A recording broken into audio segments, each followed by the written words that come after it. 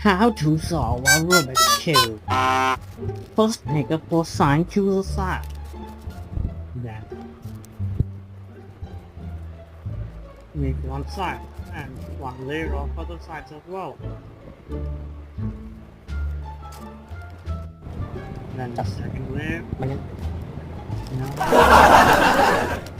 Oh no, that was just fun.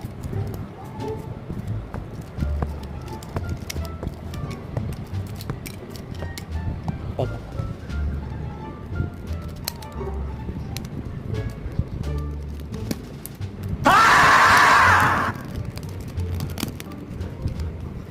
Happy. Almost there. Done.